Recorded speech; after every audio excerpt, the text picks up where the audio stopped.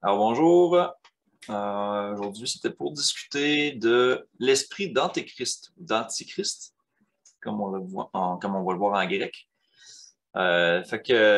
Écoute, Francis, ça va être toi puis moi, mais peut-être qu'il y a d'autres personnes qui vont avoir la chance de voir ces capsules-là. J'espère que ça va servir à d'autres personnes, malgré que présentement, on est juste nous deux. Euh, le sujet discuté la dernière fois, c'était l'Église, l'Ecclésia. Puis on avait parlé que Ek, c'était de sortir de, Ecclésia, c'était appelé, donc ceux qui sont appelés à sortir. On en a discuté la dernière fois. Maintenant, à discuter aujourd'hui, c'est l'esprit d'Antéchrist. Et ça, c'est quelque chose qui est très communément cru dans le milieu chrétien en général, qu'il va y avoir un Antéchrist qui va sortir, qui va arriver et qui va manifester des signes, des prodiges, des choses comme ça, qui vont séduire beaucoup de gens. Et tout ça. Il y a aussi la croyance que l'Église va être enlevée avant que cet antéchrist-là arrive.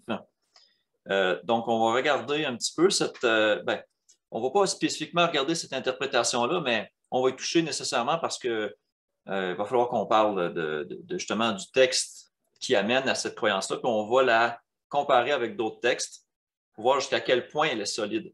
Parce que souvent, la plupart des gens, ce qu'ils font, c'est qu'ils vont prendre un texte ou une série de textes, puis ils vont tout baser là-dessus, puis ils vont interpréter les autres choses en fonction de ça. Alors que c'est plutôt l'inverse qu'on devrait faire. On devrait plutôt prendre euh, l'ensemble de plusieurs textes qui parlent de cette chose-là, les harmoniser, puis c'est ça qui fait le poids de la preuve. Après, on va s'occuper des passages plus difficiles, comme le passage qu'on va regarder. Et c'est cette compréhension-là de l'ensemble des textes de ce sujet-là qui va nous donner une meilleure compréhension d'un passage plus difficile à comprendre. Et là, dans ce cas-là, vous allez voir, il y a aussi beaucoup du traducteur là-dedans. Puis il y a même un petit peu aussi des manuscrits. C'est ça que j'ai regardé. Le fait qu'on ait parlé aussi des Bibles, des traductions, les traducteurs, les manuscrits, tout ça, ça va compter là-dedans. Le fait aussi qu'on comprenne que l'Église, l'Ecclésia, c'est quoi, le corps de Christ, c'est quoi et tout ça, comme on l'a vu la dernière fois, ça va aussi aider. Donc, on voit qu'il y a plusieurs blocs, plusieurs connaissances qui s'agencent et qui font que la compréhension devient meilleure au fur et à mesure qu'on progresse dans notre compréhension de la parole. Donc, le terme antéchrist, on le retrouve 4 fois seulement et tous dans les épîtres de Jean. Donc, je crois qu'il faut être prudent, puis il faut regarder le contexte de comment il l'utilise, puis qu'est-ce qu'il a voulu dire quand il a utilisé ce mot-là. Et éviter de le mettre à toutes les sauces à chaque fois qu'on voit que on semble parler d'une personne ou d'un truc comme ça dans la Bible. Là. Donc, le premier passage, je pense que je vais partager mon e-sword. Comme ça, on va pouvoir les lire en même temps. Là, je vais m'en aller au passage en question. D'accord. Donc, le premier endroit, on en parle, c'est 1 Jean 2,18. Donc, Jean, et là, je vais lire la Louis II, puis on va regarder ensuite le texte majoritaire. Juste voir s'il y a une petite différence. Donc, petits enfants, c'est la dernière heure. Et comme vous avez appris qu'un antéchrist vient, il y a maintenant plusieurs antéchrists. Par là, nous connaissons que c'est la dernière heure. Donc, ça, c'est le premier passage dans lequel on utilise le mot antéchrist. Ensuite, le deuxième passage il est juste un petit peu plus loin. Ça dit qui est menteur, sinon celui qui nie que Jésus est le Christ. Celui-là est l'antéchrist qui nie le Père et le Fils. Donc, jusqu'à maintenant, on a ces deux passages-là. On va regarder le contexte. Donc, ici, il parle, vous avez appris qu'un antéchrist vient. Maintenant, il y a plusieurs antéchrists. Et de quoi qu'il parle? Quand on regarde au verset 19, il dit, ils sont sortis du milieu de nous, mais ils n'étaient pas des nôtres. Car s'ils eussent été des nôtres, ils seraient demeurés avec nous. Mais cela est arrivé afin qu'il fût manifeste que tous ne sont pas des nôtres. Ici, on a une notion un peu complexe à première vue. Ma première réflexion, c'est de dire, OK, ils étaient parmi eux, ces gens-là, ils étaient dans l'assemblée en tant que tel, mais ils n'étaient pas des nôtres, ils n'étaient pas du corps de Christ. Ils ont fini peut-être même par nier Jésus d'une manière ou d'une autre, alors ils sont sortis du milieu d'entre eux. Et c'est pour ça qu'il y a comme un genre de deux symbolismes un peu comme, ça dit, ils sont sortis du milieu de nous. Là, il disait, s'ils n'étaient pas des nôtres, il n'aurait pas quitté. S'il était des nôtres, il n'aurait pas quitté. Donc, c'est un peu comme s'il y avait deux choses dont on parle. C'est intéressant. Et là, il dit, pour vous, au verset 20, il dit, pour vous, vous avez reçu l'onction de la part de celui qui est saint et vous avez tous la connaissance. Donc là, ici, on voit que l'Antéchrist a aussi un rapport avec l'onction dans le contexte. Donc, on passe ces passages-là, je vais aller les lire les autres. L'autre passage est en 1 Jean 4,3. Donc, ça dit, « Et tout esprit qui ne confesse pas Jésus n'est pas de Dieu, c'est celui de l'Antéchrist, dont vous avez appris la venue et qui maintenant est déjà dans le monde. » C'est un peu perplexant ici parce que ça dit « dont vous avez appris la venue ». On va en dire « Ah, vous savez, un Antéchrist va venir. » Mais il dit « qui est déjà dans le monde ». Ben, OK, ben, ça veut dire que l'Antéchrist est déjà là. Donc, il y a plus que juste de dire « Ah, c'est une personne qui va venir » ou un truc comme ça. Puis en plus, dans l'autre verset, ça dit « il y a plusieurs antéchrists ». Ça, c'est des indices qu'on va regarder. Le quatrième passage, il est en 2 Jean 1, 7. Et ça dit « car plusieurs séducteurs sont entrés dans le monde qui ne confessent point que Jésus-Christ est venu en chair. Celui qui est tel, c'est le séducteur et l'antéchrist. » Donc, deux titres. Ici, on fait une association entre un deceiver, un séducteur, un trompeur, une tromperie, et l'antéchrist. Donc, intéressant. Maintenant, le passage en général qui est souvent utilisé par les chrétiens est 2 Thessaloniciens 2 pour prouver la venue d'un antéchrist. Là, je suis toujours dans la Louis II, dans le texte minoritaire. Je vais commencer par ça pour faire un survol. Donc, c'est à partir du verset 3. On dit que personne ne vous séduise d'aucune manière. Donc là, on fait un lien avec Jean quand même qui dit que c'est un séducteur, l'antéchrist. Il faut que l'apostasie soit arrivée auparavant et qu'on ait vu paraître l'homme du péché, le fils de la perdition. Là, on se demande, ah, OK, un homme de péché, un fils de perdition. Donc là, on se pose une question. L'adversaire qui s'élève au-dessus de tout ce qu'on appelle Dieu, de ce qu'on adore, jusqu'à s'asseoir dans la tombe de Dieu, se proclamant lui-même Dieu. Ne vous souvenez-vous pas que je vous disais ces choses lorsque j'étais encore chez vous? Maintenant, vous savez ce qui le retient afin qu'il n'apparaisse qu'en son temps. Car le mystère de l'iniquité agit déjà. Ah, ici, on a un petit peu un parallèle avec ce que Jean dit, qui est déjà dans le monde, cet esprit est déjà là. Et ça dit, il faut seulement que celui qui le retient encore est disparu.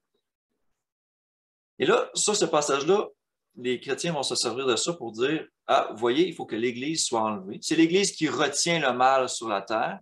Alors, il faut que les chrétiens soient enlevés et c'est après que les chrétiens vont être enlevés que l'Antéchrist va apparaître. Vous allez voir par les traductions que c'est biaisé tout ça.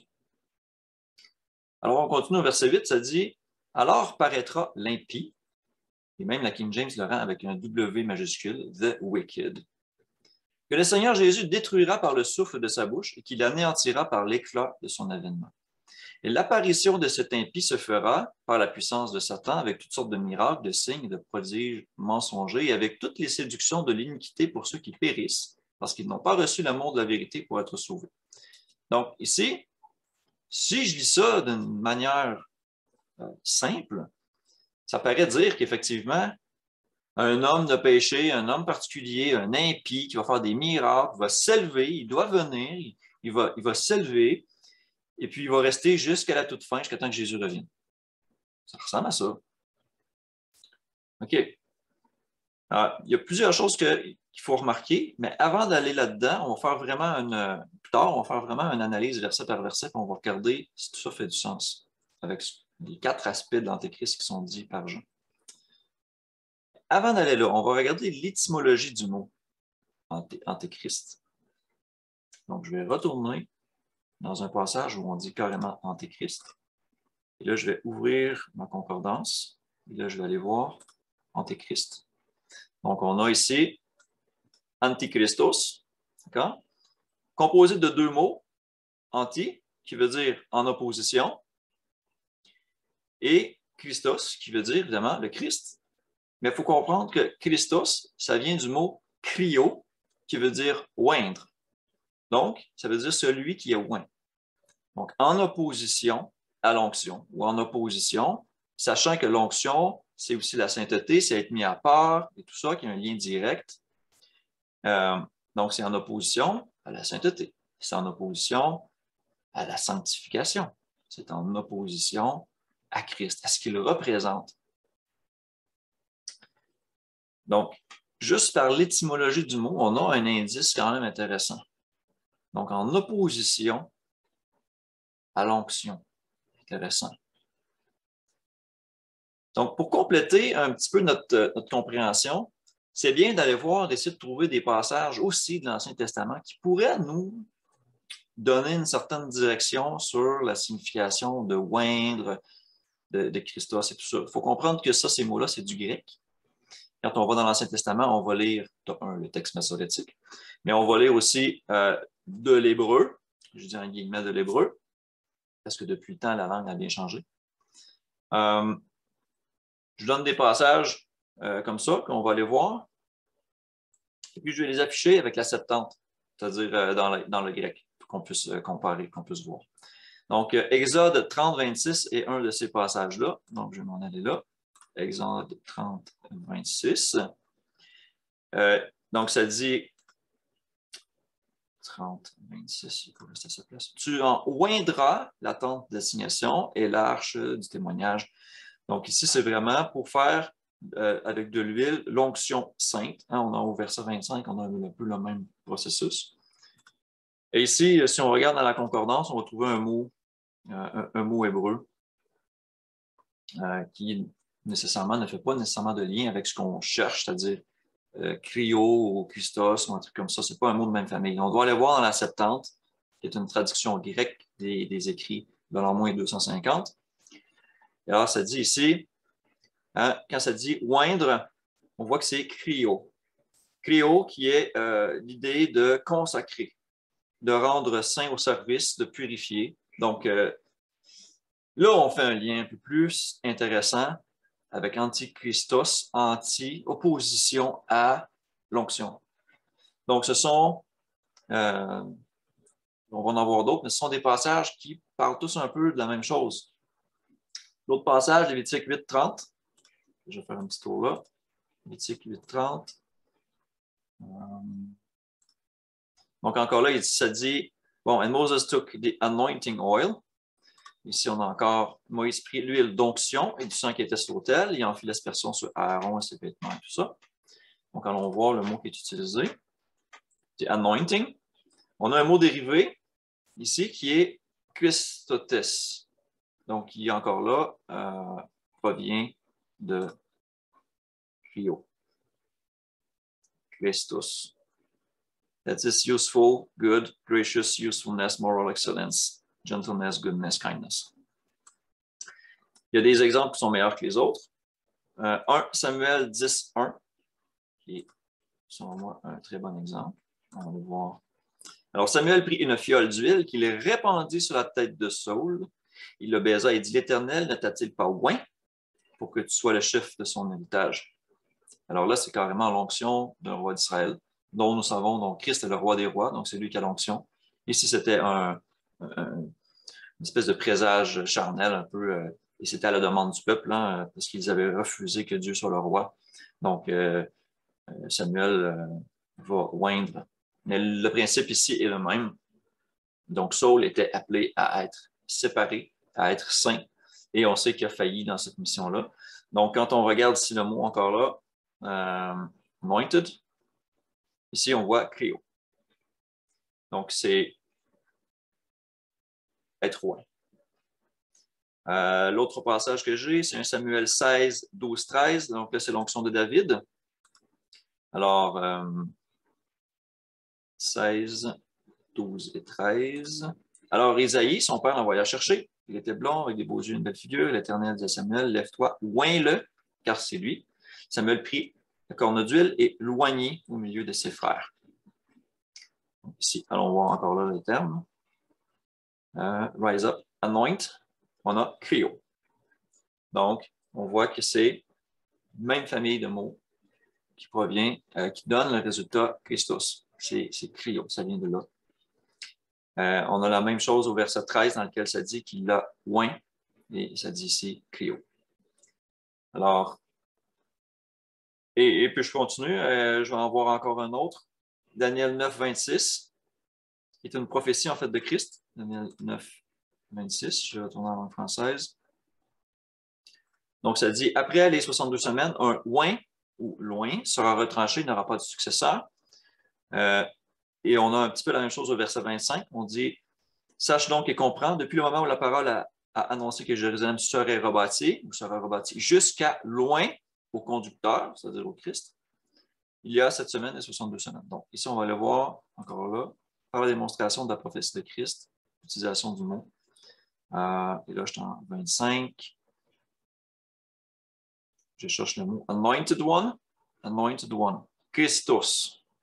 Donc, on a vraiment exactement le même terme traduit de l'Ancien Testament d'une prophétie de Daniel. Et quand ce texte-là a été écrit, Christ en tant qu'homme n'existait pas encore. Ce texte-là de la Septante a été écrit en moins 250. Donc, le terme grec était quelque chose qui existait déjà pour désigner un titre, c'est-à-dire un oint, saint, une onction. Et on a en 9.26 la même chose. On a, je cherche, the anointing. Donc, on a ici la même famille, chrisma, qui veut dire un onguent, ou une onction spéciale de l'Esprit Saint. Intéressant. Donc, on voit aussi dans d'autres passages, je pense que c'est Pierre qui en parle, mais ça disait que c'est lui, en parlant de Christ, qui a été oint du Père. Donc, c'est quelque chose d'important.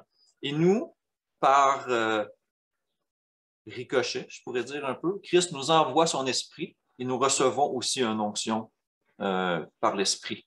Donc, tout ça fait du sens. Et maintenant qu'on porte ça devant l'esprit d'Antéchrist, on y trouve une signification beaucoup plus profonde que seulement un homme qui pourrait s'élever et tout ça.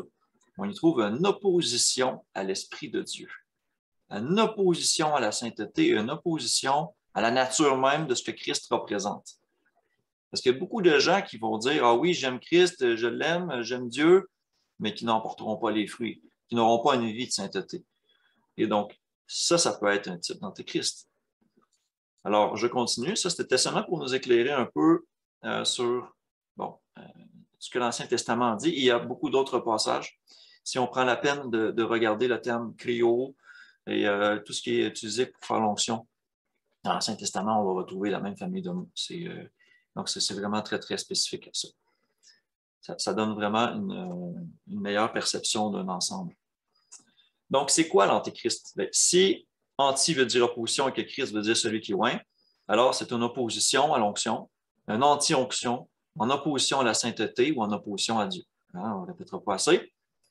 Maintenant, pour comprendre mieux, une fois qu'on a mis ça au clair un peu, mon processus là-dedans, ça a été de revenir sur les versets qu'on a vus au début, qui parlent de l'antéchrist, et essayer de comprendre, est-ce que ça s'accorde bien cette idée-là qu'on voit qui est dégagée de la Bible entière. Donc, on a un certain poids de la preuve ici qui nous dirige dans une certaine direction. On devrait être capable de prendre ces versets-là, de prendre cette signification-là, qui semble être très logique, et l'appliquer à nos versets pour être sûr de ne pas s'égarer dans notre interprétation. Donc, je vais revenir à 1 Jean 2, 18. Je vais revenir dans une version française. Et là, on va comparer aussi les versions minoritaires et majoritaires, juste pour voir s'il y a une différence notable. Pour rester en français, je vais prendre l'Osterwald, mais je vais peut-être aller voir dans la King James, parce que dans la King James, ils mettent des mots en italique quand ils ne sont pas dans le grec. Alors, c'est intéressant, parce qu'on peut vraiment plus comprendre le texte qui a été utilisé en arrière. Donc, je reviens à Jean 2, 7, 8. Alors, je m'en vais dans l'Osterwald. Donc, ça se ressemble beaucoup. Petits enfants, c'est ici la dernière heure, comme vous avez entendu dire, que l'antéchrist vient. Il y a dès maintenant plusieurs antéchrists, par où nous connaissons que c'est la dernière heure. Bon, allons voir la King James. Little children, it is the last time, and as we have heard that Antichrist shall come, even now are there many antichrists, whereby we know that it is the last time. Donc ici, si on va voir, évidemment, vous avez entendu que Antéchrist, vient et maintenant, il y a plusieurs antéchrists. Alors, nous savons que c'est les derniers temps. Bon. Et là, dans le contexte, on voit qu'il parle de gens qui sont sortis de leur congrégation. C'est étrange quand même dans le contexte. Ils sont sortis d'entre nous, mais ils n'étaient pas des nôtres, car si ils eussent été des nôtres, ils seraient demeurés avec nous. Mais c'est afin qu'il fût manifesté que tous ne sont pas des nôtres. Alors, ici, le passage pourrait être utilisé complètement hors contexte, puis dire, ah, mais si une personne part d'une assemblée, elle n'est pas des nôtres, elle est rejetée, et là, on pourrait utiliser une espèce de façon un peu à justifier ce passage-là. Il faut faire attention, il faut regarder le contexte dans lequel il est utilisé. On parle ici de ceux qui ont un esprit d'antéchrist, carrément. Et il fait le lien avec l'onction, regardez. Pour vous, vous avez reçu l'onction de la part du Saint. Et vous connaissez toutes choses. Vous connaissez toutes choses. On connaît la vie de Jésus, on connaît ce qu'il a fait. Eh bien, son onction nous enseigne. Hein? On sait, par son onction, par la façon qu'il a vécu, par la preuve de sa résurrection, comment il a vécu, puis comment il faut vivre nous aussi. C'est un petit peu ça. Et là, une fois qu'il a dit ça, Jean, on voit qu'il a dit « Qui est menteur, si ce n'est celui qui nie que Jésus est le Christ? Celui-là est l'Antéchrist qui nie le Père et le Fils. » Ma question ici, c'est est-ce que c'est une seule personne qui, dans le futur, va venir qui nie que Jésus est le Christ? Comment en avez-vous rencontré, vous, en tant que chrétien, dans votre vie? Moi, j'en ai rencontré plusieurs. Je me suis fait bloquer, je me suis fait injurier, je me suis fait dire plein de choses. Ces gens-là qui nient que Jésus est venu dans la chair, qui nient que Jésus est mort et revenu à la vie parce qu'il était saint, ce sont des gens avec l'esprit d'Antéchrist. Maintenant, il y a des subtilités qu'on va voir un peu plus tard dans justement 2 Thessaloniciens 2 qui va élargir un peu le spectre de notre compréhension. Mais ici, je voulais qu'on regarde vraiment ces versets-là, voir dans les différentes versions si on avait une différence majeure. Alors, dans la King James, ça dit « Who is a liar, but he that denieth that Jesus is the Christ. He is Antichrist, that denieth the Father and the Son. » Donc, pas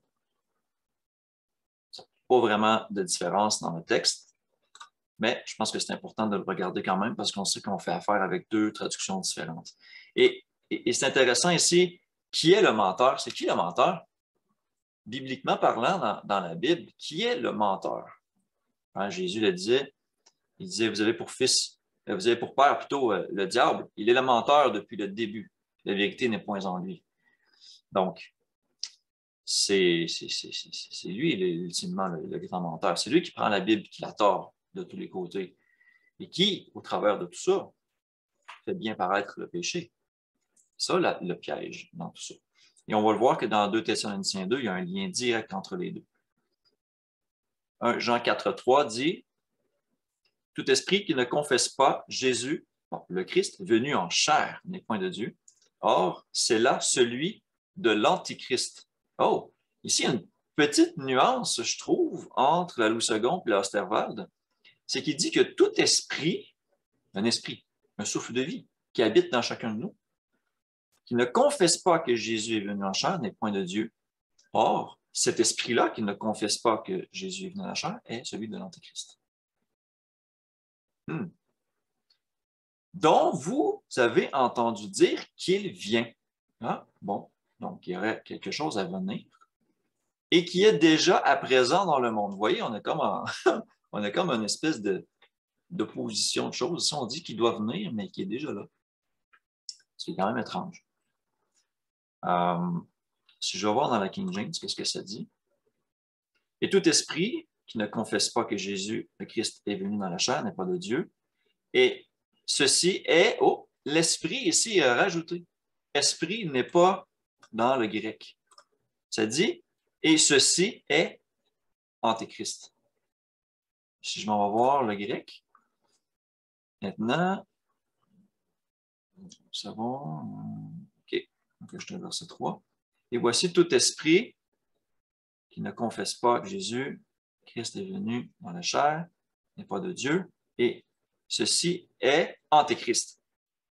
Pas nécessairement l'esprit d'Antéchrist, mais Antéchrist, que vous avez entendu qui devrait venir, et maintenant est déjà dans le monde. OK? Ça se précise un tout petit peu, mais c'est encore un petit peu trop flou pour moi, je trouve.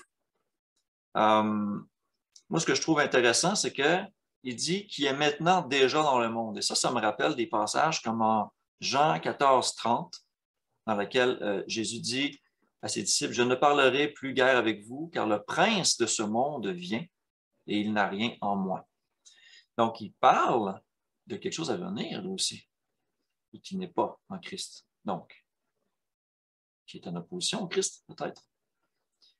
Éphésiens 2.2 a un passage similaire. On peut aller les lire pendant que je vous l'ai dit. Jean 14, 30. Je trouvais les passages parallèles intéressants. Donc, je ne parlerai plus guère avec vous, car le prince de ce monde vient, mais il n'a rien en moi. Et l'autre passage qui me venait à l'esprit, c'était Éphésiens 2.2. Éphésiens 2. Et là, je regarde verset 2, c'est bien ça. Et il parle de gens, il parle carrément de nous, d'anciens païens. Il dit, vous étiez morts dans vos fautes et dans vos péchés, dans lesquels vous avez marché autrefois, selon le train de ce monde, selon le prince de la puissance de l'air, de cet esprit qui agit maintenant dans les fils de la rébellion. Donc, il agit maintenant dans les fils de la rébellion. C'est intéressant ici, le terme fils de la rébellion. On met en contradiction, en opposition un peu le terme fils de Dieu, fils de la rébellion ou fils du diable, peut-être aussi dans l'interprétation. Et ça, c'est un passage qu'on retrouve aussi en Jean. On va aller voir. Donc, mais ce qui est intéressant de voir ici, c'est qu'il parle carrément des païens qui se sont repentis. Il a dit, parmi lesquels nous vivions tous autrefois, selon les convoitises de notre chair, en accomplissant les désirs de la chair et de nos pensées, et nous étions par nature des enfants de colère comme les autres. Donc, c'est cet esprit-là qui est, selon le prince de ce monde, qui est un esprit de rébellion. Qu'est-ce que ça dit ici dans la concordance? On parle bien d'esprit ici, pneuma, qui travaille dans les enfants. Ici, ça dit de la désobéissance. Obstiné, rébellion, incrédulité. Intéressant. Donc, OK. Fait que ça, c'était pour faire un lien avec l'esprit et qui est maintenant déjà dans le monde. Si on s'en va à 2 Jean 1, 7, on va aller voir. Car plusieurs séducteurs sont entrés dans le monde. Et ici, on parle de quoi? Ben, on a on a d'autres passages dans la Bible qui parlent aussi de séducteurs, des faux prophètes qui enseignent la mauvaise doctrine. Hein, il y a des avertissements de Paul à Timothée qui en parlent. Il se dit ici qu'ils ne confessent pas que Jésus le Christ est venu en chair. Un tel homme est le séducteur et l'antichrist. Vous voyez la petite nuance qu'il y a entre la Louis II, car plusieurs séducteurs sont entrés dans le monde, ceux qui ne confessent point que Jésus est venu en chair. Celui qui est tel, c'est le séducteur et l'antéchrist. Mais ici, on dit carrément un tel homme est le séducteur et l'antéchrist. Ça change un petit peu la perception. Allons voir qu'est-ce que King James dit. This is a deceiver and an antichrist. Allons voir. This, c'est vraiment celui-là est un planos, un imposteur ou un seducing, un séducteur et un antéchrist. Donc, quelqu'un qui ne reconnaît pas, qui ne confesse pas que Jésus est venu dans la chair, et l'expression est intéressante. Comment ça, Jésus est venu dans la chair? Est-ce qu'il existait d'une manière spirituelle avant? Ça nous parle de sa divinité avant qu'il prenne forme corporelle. Est un trompeur, un séducteur et un antéchrist. OK. Donc, il peut y en avoir plusieurs, là, plus qu'un. Jusqu'à maintenant, ce qu'on voit, ça fait du sens. C'est en opposition à Christ. Par rapport au séducteur, il y a plusieurs autres passages qui parlent du séducteur en plus du passage tantôt qui parlait du menteur. Qui est menteur? Donc, si je remonte en Genèse, vous savez qui est le séducteur en Genèse? Quand le serpent séduit Ève, puis que Ève, pour sa défense, dit mais le serpent m'a séduite et j'en ai mangé. Donc, plutôt que de reconnaître son péché, elle met la faute sur l'autre, sur le serpent séducteur. Elle dit le serpent m'a séduite. C'est un séducteur. Un autre passage en 2 Corinthiens 11. On s'en va là. 2 Corinthiens 11, verset 3.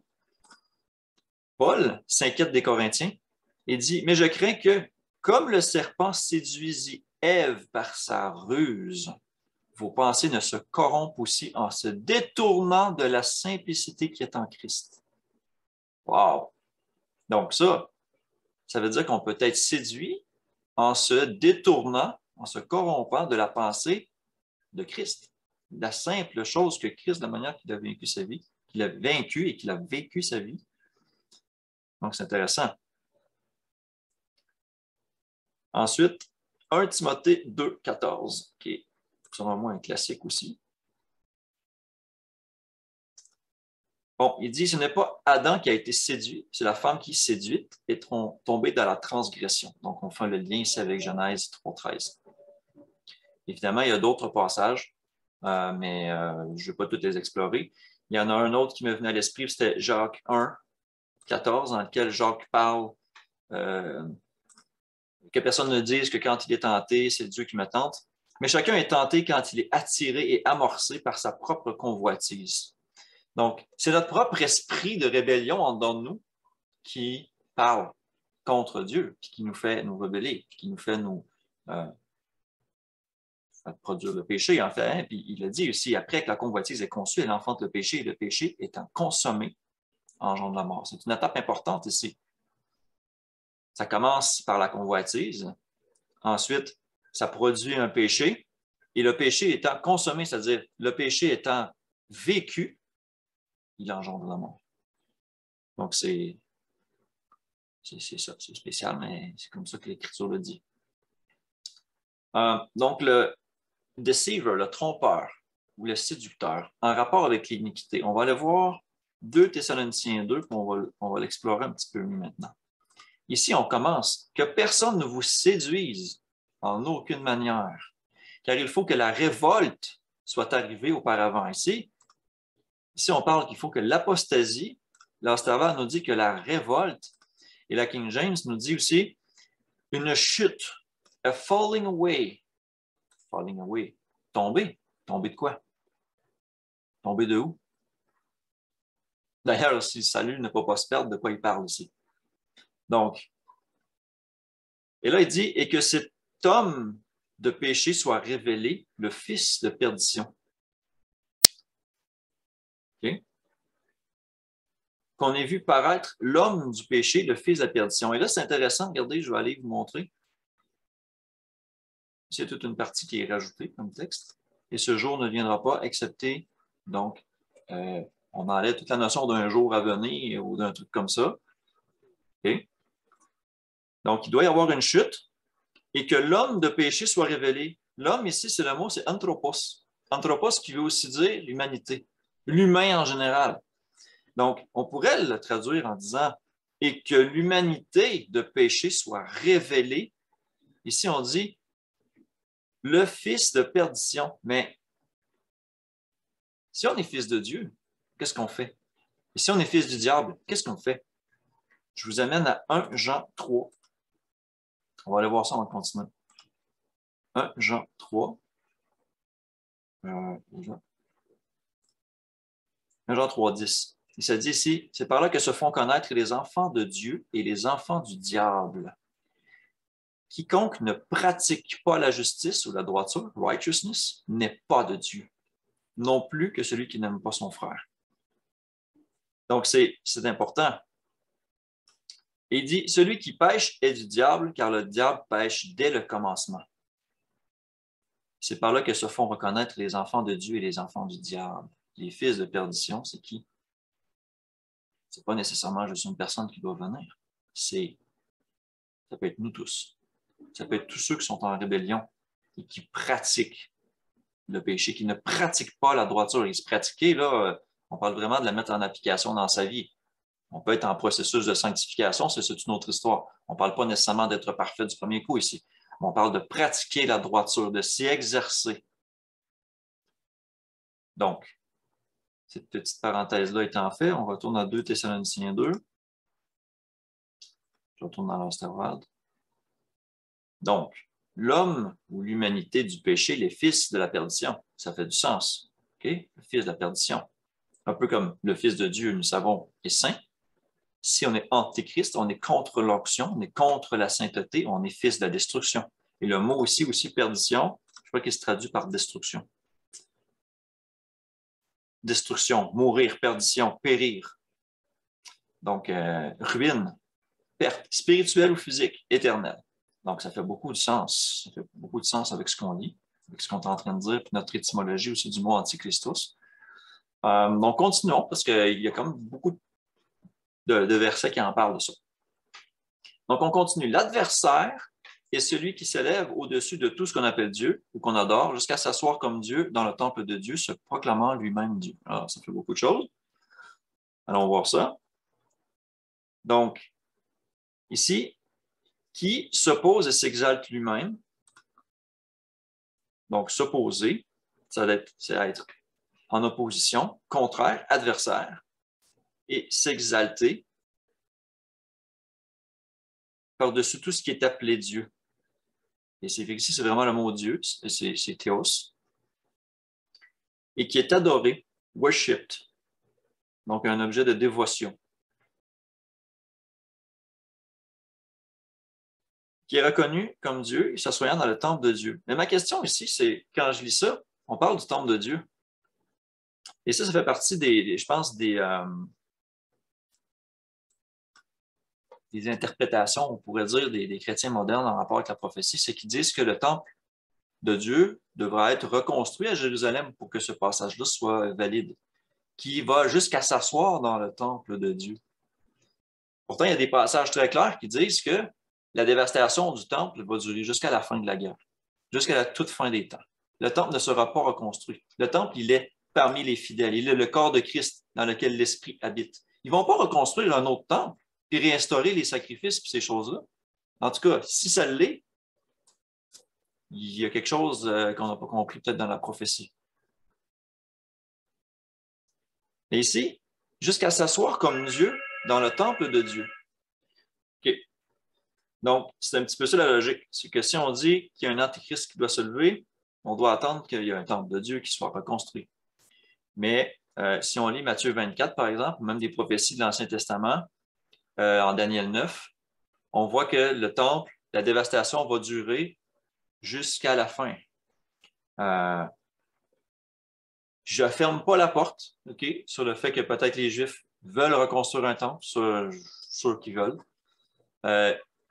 S'ils le font, ça va être par un esprit d'antéchrist, c'est sûr, parce qu'ils vont aussi s'opposer au sacrifice de Christ. Ça va être une façon de nier Jésus en réinstaurant les sacrifices d'animaux, ces choses-là. Donc, je garde ça en pensée que c'est possible. Mais en même temps, on sait que le temple, c'est nous. Nous sommes le temple de Dieu dans lequel l'Esprit de Dieu habite. Nous sommes le tabernacle, on l'a vu dans la capsule sur l'Ecclésia, que c'est un des symbolismes qui est utilisé pour décrire le corps de Christ. Donc, l'adversaire qui s'élève au-dessus de tout, ce qu'on appelle Dieu, qu'on adore, jusqu'à s'asseoir comme Dieu dans le temple de Dieu, c'est-à-dire qu'il pourrait se proclamer chrétien, se proclamant lui-même Dieu. C'est juste une autre vision des choses que j'apporte, que j'essaie d'harmoniser avec le principe d'antéchrist qu'on a vu, qui est l'onction, qui est tout ça, puis je fais des liens avec les différentes autres choses qu'on a vues pour voir si tout ça fait du sens. Donc maintenant, en 2 Thessaloniciens 2,6, et maintenant, ça dit, vous savez ce qui le retient, afin qu'il ne soit manifesté que dans son temps. Là, la 12 secondes est à peu près pareil. Ici, les chrétiens vont dire que ça ici, ça parle de Christ. Qui le retient? Christ sur terre, c'est son corps, en fait, c'est nous, ce sont les disciples. Alors, ils se disent, l'Antéchrist n'apparaîtra pas tant et aussi longtemps que l'Église ne sera pas enlevée. Donc, c'est pour ça qu'entre autres, ils vont se baser sur ce verset-là, ils vont dire que l'Église doit être enlevée avant les tribulations dans lesquelles l'Antéchrist va venir et tout ça. Donc, regardez ce qui est intéressant au verset 7. Il dit, le mystère de l'iniquité opère déjà, attendant seulement que celui qui le retient maintenant soit enlevé. Là, ici, on met celui, on met l'emphase sur quelqu'un, hein, on dirait, qui le retient. Et si on va voir dans la King James, est-ce qu'on parle de celui, le mystère d'iniquité agit déjà ou travaille déjà, celui qui le laisse faire, ouais, only he who now letteth, celui qui le laisse faire, jusqu'à ce qu'il soit pris ou qu'il soit écarté du chemin. Bon. Donc ici, pour avoir une notion de quelqu'un, si on va voir le grec, probablement que c'est bien dit, mais non, pas tant que ça. Ça ici, ça a l'air d'être absent. Le traducteur a ajouté ça ici. Il n'y a pas le he, le lui, ou qui traduit celui, mais c'est seulement ici les mots restreindre, retenir, et une idée de suspension du temps. Donc, il n'y a pas nécessairement ici de un celui ou une personne en particulier ou un truc comme ça. Le mystère de l'iniquité agit déjà, seulement suspendu, en attente, jusqu'à ce qu'il soit mis hors de la voie, hors du chemin. Oh, attends, ça change un petit peu toute la compréhension de la chose, moi, je trouve. Et là, ici, on voit au verset 8, alors paraîtra l'impie. Et là, hein, on fait dire, ça c'est l'impie, ça c'est l'Antéchrist. Mais ici, on ne l'appelle pas directement par son nom. La Louis II dit la même chose, alors paraîtra l'impie. La King James, ici, va jusqu'à mettre un W majuscule à wicked. For then, and then shall that wicked be revealed, whom the Lord shall consume with the spirit of his mouth and shall destroy with the brightness of his coming. OK. Maintenant, allons voir. C'est qui ça, ce wicked-là? Le wicked. Anomos. C'est-à-dire, par implication, un gentil, c'est-à-dire un païen. Sans loi, transgresseur. Hein? Donc ici, on ne parle pas nécessairement d'une personne en particulier, mais on parle d'une personne qui n'est pas sujet à la loi. Et même c'est écrit « not subject to the Jewish law ». Il n'est pas sujet à la loi juive. OK, ça change pas mal plus la compréhension de la chose. Donc, alors, ceux qui sont sans loi seront révélés. C'est ça que ça dit. Et là, ici, ça dit « whom », donc ceux, que le Seigneur consumera par l'esprit de sa bouche et qu'il détruira dans l'éclat de son avènement. Eh bien, on sait par les prophéties qu'au retour de Jésus, tous les pécheurs, tous ceux qui pratiquent l'iniquité seront détruits. Ça fait 100% du sens avec ce qu'on lit. Et là, on continue. Et ça dit, et l'apparition de cet impie aura lieu avec la force de Satan, avec toute puissance, avec prodiges et des faux miracles. Là, c'est intéressant, on vient faire le lien avec anomia, sans loi, transgresseur, avec des séductions, puis aussi des prodiges. Bon, on va voir qu'est-ce que ça dit. Déjà en partant, celui-là, il n'est pas là. Il n'est pas dans le grec. C'est un mot qui est rajouté, him. Ça dit juste whose. Whose veut dire ceux. Ceux qui viennent selon l'œuvre de Satan, avec la puissance et les signes et des prodiges mensongers. Donc, des gens qui ne représentent pas la sainteté, mais qui vont exercer des miracles, tout simplement. Et je ne sais pas si vous en avez vu, moi j'en ai vu plein. Et là, regardez le lien qu'on fait pour mettre le coup final dans le cercueil, comme on pourrait dire. Avec toutes les séductions de l'iniquité parmi ceux qui se perdent parce qu'ils n'ont pas reçu l'amour de la vérité pour être sauvés. Et là, on fait clairement un lien avec le péché, l'iniquité, et avoir pris plaisir à l'injustice. On aime ça, ne pas suivre la loi, être pécheur, continuer dans nos iniquités. Donc, c'est exactement ainsi qu'on a ici, avec la déception de l'injustice. Unrighteousness, c'est carrément le contraire de la droiture. Le mot qui est utilisé ici, c'est adikia. Adikia qui veut dire par implication un caractère moral mauvais, de vie ou d'action, d'iniquité, injuste. Donc, des gens qui ont l'esprit d'Antéchrist, qui font l'œuvre de Satan, en fait, et qui font aussi des miracles, et qui, par leurs miracles, déçoivent, trompent, séduisent ceux qui périssent, parce qu'ils n'ont pas reçu l'amour de la vérité pour être sauvés. Aussi, Dieu, à cause de ça, leur envoie une puissante force d'égarement. C'est ça que ça dit. Parce qu'ils ont pris plaisir à l'injustice. Ils n'ont pas cru à la vérité. Donc, c'est très significatif ici. Ça change beaucoup l'approche. Maintenant, il y aurait d'autres versets à regarder, ce qui ne sera pas l'objet nécessairement de cette petite étude-là. Mais il faut faire le lien, par exemple, avec la petite corne de l'Apocalypse, le faux prophète, la bête, ces choses-là. Mais ce sont des sujets qui doivent être explorés dans leur contexte et qui, peut-être, peuvent avoir un lien avec ça. Mais quand on regarde vraiment qu'est-ce que c'est l'esprit d'Antéchrist, on regarde l'Antichristos, qu'est-ce que ça veut dire, ça semble assez clair quand même. Donc, à la vue aussi de tout l'examen minutieux qu'on a fait de 2 Thessaloniciens 2, ça ne veut pas nécessairement dire qu'il y a un Antéchrist qui vient, qui va sortir du monde et toutes ces choses-là. Ça ne veut pas nécessairement dire non plus qu'il faut que l'Église soit enlevée avant que cet Antéchrist-là vienne. On ne parle pas nécessairement non plus d'un temple absolument qui doit être reconstruit ou un truc comme ça. Ça peut être le temple du corps de Christ, donc quelqu'un qui se dit être en Christ, donc un chrétien, qui dit suivre Dieu, mais qui ne le représente pas dans sa vie et qui fait des prodiges et des signes, mais qui sont mensongers parce qu'en fait, il séduit les gens par ses miracles, mais il les mène dans une voie d'injustice. Alors, ce genre de figure-là, on le retrouve partout.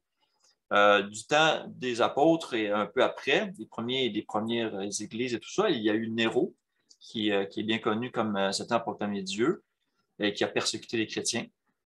Clairement, il avait un esprit d'Antéchrist. Jusqu'à un certain point, même les pharisiens ont un esprit d'Antéchrist. Le pape aussi, et je m'excuse s'il y a des catholiques qui nous écoutent, mais de par la prophétie, on voit également que le catholicisme romain a sa place à jouer là-dedans. Et puis, que le pape qui se proclame Dieu sur terre, c'est un esprit d'Antéchrist, qui renie même la droiture du Christ en ayant changé la loi, le calendrier et ces choses-là. Probablement plein d'autres aussi dans l'histoire de l'humanité ont démontré être Antéchrist, même encore de nos jours. Il faut comprendre que quand Jean a écrit ça, les versets de 1 Jean, pas l'évangile de Jean, mais 1 Jean 2, et que ça dit il y a plusieurs antéchrists à 1 Jean 2, 18. Ça veut dire que même en son temps, il voyait l'esprit d'antéchrist agir. Et il leur a donné un nom qu'ils l'ont qualifié d'anté pour opposition à et Christ, donc contraire à Christ. Et là, qu'est-ce que Christ est venu faire? Et il est venu vivre une vie humaine. Il est venu marcher dans la droiture, faire les commandements de son Père, nous montrer aussi c'est quoi la compassion, la miséricorde et tout ça. Mais on sait qu'il va revenir dans une forme glorifiée pour un jugement et que tous les pécheurs vont en subir les conséquences. Donc, cet esprit d'Antéchrist est vivant aujourd'hui, maintenant. Et en tant que chrétien, on doit se poser la question, est-ce que moi, jusqu'à un certain point, j'ai un esprit d'Antéchrist? Jusqu'à quel point je me pose à la parole de Dieu? Jusqu'à quel point je cherche à justifier mes propres choses quand je regarde la parole qui dit une chose, puis que je me dis, ben non, bien, il faut faire attention à ça, parce qu'à l'image de Pierre qui avait des pensées d'homme, alors que la prophétie disait clairement, la parole de Dieu disait clairement qu'il fallait que Christ souffre, soit tué et revienne à la vie le 3e jour. Pierre a démontré de l'incrédulité, puis a voulu s'opposer à cette parole de Dieu-là. Et il a été traité de Satan, d'esprit d'adversaire. Ça ne veut pas dire que Pierre était Satan, mais Satan veut dire l'adversaire. Donc, a un peu le même titre qu'Antéchrist, c'est-à-dire qu'il est en opposition à. C'est l'adversaire. Donc, quand on comprend ces symbolismes-là, qu'on regarde ça dans leur contexte, ça devient très différent en termes de compréhension globale de ce que pourrait être un antéchrist. Donc, les chrétiens, en général, attendent une figure d'autorité qui s'élèverait au-dessus d'une autorité mondiale ou un truc comme ça. Je ne dis pas que c'est impossible que le monde s'unisse dans un seul gouvernement ou un truc comme ça. On l'a vu dans la Bible, dans le temps de Babylone, Babel et tout ça. Donc, ça peut très bien être une nouvelle Babel qu'on a de nos jours. Et il y a d'autres passages qui disent que quand les hommes diront finalement paix et sûreté, une ruine soudaine les surprendra. Donc, le fait d'unir le monde et de dire, ah, finalement, nous sommes en paix, on a tout réglé nos problèmes, ils ne se sont jamais vraiment occupés du péché. Tout le long, ils ont été poussés par un esprit qui n'est pas l'esprit de Dieu. Donc, tout ça, c'est possible aussi. Il faut comprendre qu'il ne faut pas nécessairement attendre un antéchrist. Et la plupart des chrétiens vont dire, oui, mais moi, je ne le verrai jamais, l'antéchrist. Je vais être enlevé avant. Prudence. Parce que quand on lit l'Apocalypse, on voit que les scellés, ceux qui représentent Dieu, sont sur terre, alors que les tribulations sont déversées sur la terre. Les trompettes sont sonnées. Mais avant que la colère de Dieu n'éclate, on est enlevé, c'est-à-dire qu'on est retiré. Il y a beaucoup de symbolisme en rapport avec ça dans l'Apocalypse. Donc, côté révélation, je ne suis pas encore 100% fixé, mais c'est ma compréhension que j'en ai jusqu'à maintenant. Donc, sans savoir si c'est la compréhension que je vous ai exposée, elle est complète, c'est-à-dire que si c'est un antéchrist particulier qui vient, je crois que c'est mal, moi, d'interpréter les écrits de Jean, puis de dire, ben, comprenez-moi bien, là, je ne dis pas que c'est mal dans le sens que c'est péché, mais c'est une mauvaise interprétation, je crois, que de penser que on doit attendre un antéchrist qui doit venir, alors que cet esprit d'antéchrist est déjà présent et elle agit déjà, et même dans, on pourrait dire, l'Église. Il n'en reste pas moins que cet esprit existe. Il existe présentement dans le monde. Même Jean le dit, au moment où lui écrivait, cet esprit agit déjà dans le monde. Et Jésus le dit, le prince de ce monde vient, il n'a rien en moi. Donc, c'est quelque chose qui existe déjà. On est appelé à sortir du monde aussi. Hein? Ecclésia veut dire ça, sortir. Et puis, évidemment, nier Jésus, c'est nier aussi qu'il est le Fils de Dieu, qu'il est venu dans la chair, c'est nier sa résurrection à cause de sa droiture et de sa compréhension de Dieu, de sa nature, et de nier l'Esprit qui nous envoie aussi. L'onction qu'on reçoit est l'Esprit de Christ. Pierre, il l'a exprimé clairement. Il dit, c'est lui, parlant de Christ, il dit, c'est lui qui a reçu de Dieu l'Esprit et qui l'a répandu, comme vous le voyez et l'entendez. Donc, c'est Christ qui nous donne l'Esprit. Il nous envoie son onction. L'esprit d'Antéchrist, je crois, moi, que c'est de tomber victime et de banaliser le péché. Et comme le dit Jean, cela distingue ceux qui sont des enfants du diable et ceux qui sont des enfants de Dieu, les fils de perdition. C'est un petit peu ce que je voulais partager. La semaine prochaine, dans la prochaine capsule, on peut regarder le sang des alliances. J'ai fait déjà une capsule là-dessus, sur les alliances. On va rester un peu plus en surface. Mais donc, c'est ça que je voulais aborder. Fait que le terme antéchrist en tant que tel est couvert. Francis, je t'invite à partager. Y a-t-il une réflexion, un passage qui t'interroge, un verset qui peut-être pourrait expliquer ou contredire peut-être un peu ce que j'ai discuté? As-tu une idée? As-tu quelque chose à nous partager?